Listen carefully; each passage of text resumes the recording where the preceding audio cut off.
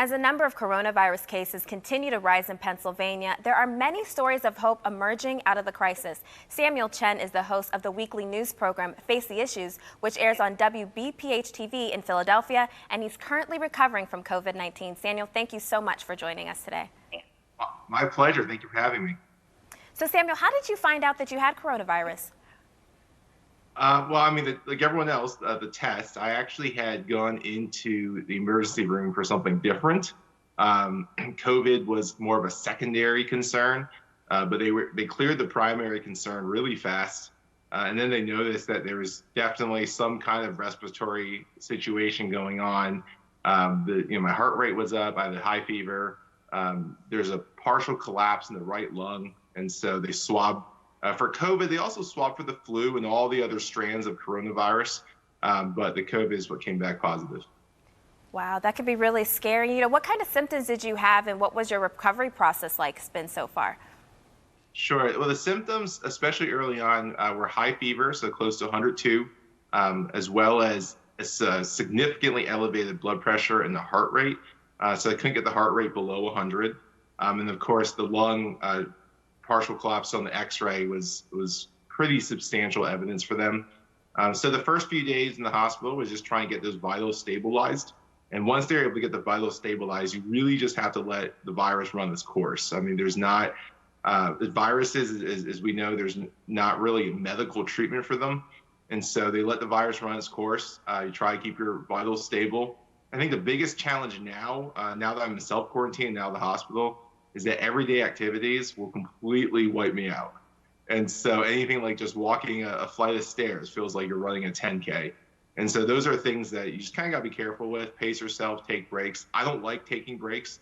And so that's kind of been forced rest for me. But all things considered, I've been abundantly blessed through the process.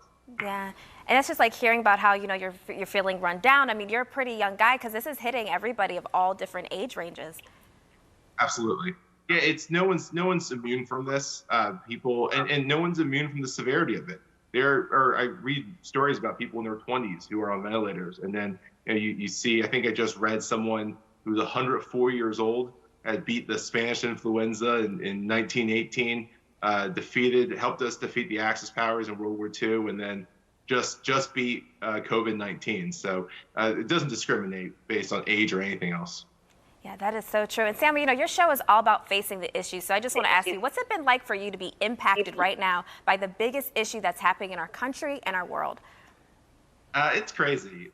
It's very surreal. I'll tell you what, probably the moment that really became surreal. They come into your hospital room, they tell you that you tested positive. They're great. I mean, our medical professionals have been incredible all over the country. They're super gentle about it. It was more relief for me just to know that what I had.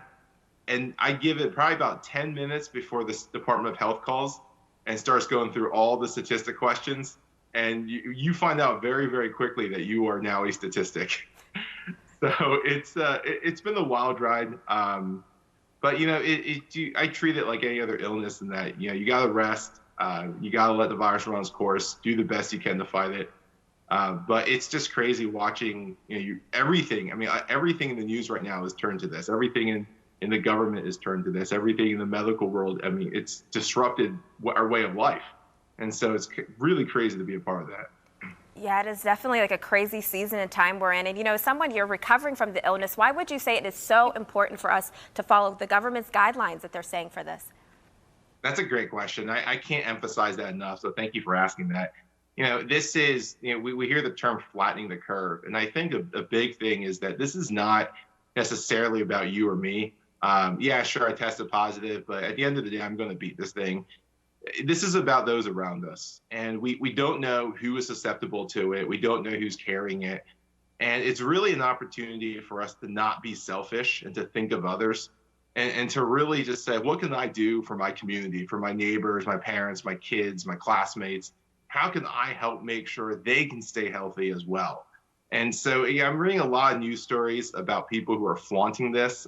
Just read about the students at the University of Texas who decided to go on spring break and flaunt this, or Liberty University reopening, or these massive gatherings. And it doesn't make a lot of sense to me. It seems to me that this is an opportunity for the community to really come together, 6 feet apart, but to really come together and look out for each other. That's what community is about. Because you don't know who's going to get it. You don't know who is susceptible to it. And so it does take all of us to beat this.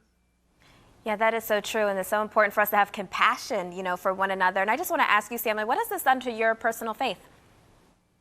Well, for me, my faith has never been about a set of beliefs or a set of practices. It has very much always been an identity. I think in Galatians chapter 2, the Apostle Paul writes, "It's no longer I who live, but Christ who lives in me." And so for me, there's two sides of it. One is I'm not really afraid, and I'm not sure there is much to fear. There's certainly worry, there's concern. It's a pandemic for a reason. But at the end of the day, God is still God. God is still in control. And I'm fully aware and fully believe that I'm still within, at the center of his will. And that really helps you get through things day by day. And the second side of that, to your point earlier, is that, this is a remarkable opportunity, a remarkable time for us, I think, to show a little bit of grace. We don't know what those around us are going through, whether they're patients, they're in the medical community, or they're small business owners. And this is doing a number on their bottom line.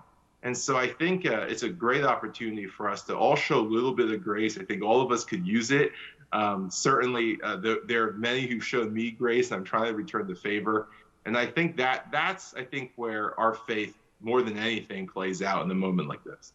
That is so true, and I stand with you, showing a little bit of grace. Well, thank you so much, Samuel, for joining us, and we are just praying for you for your continued recovery. Thank you so much. My pleasure. I appreciate it. Stay safe. You too.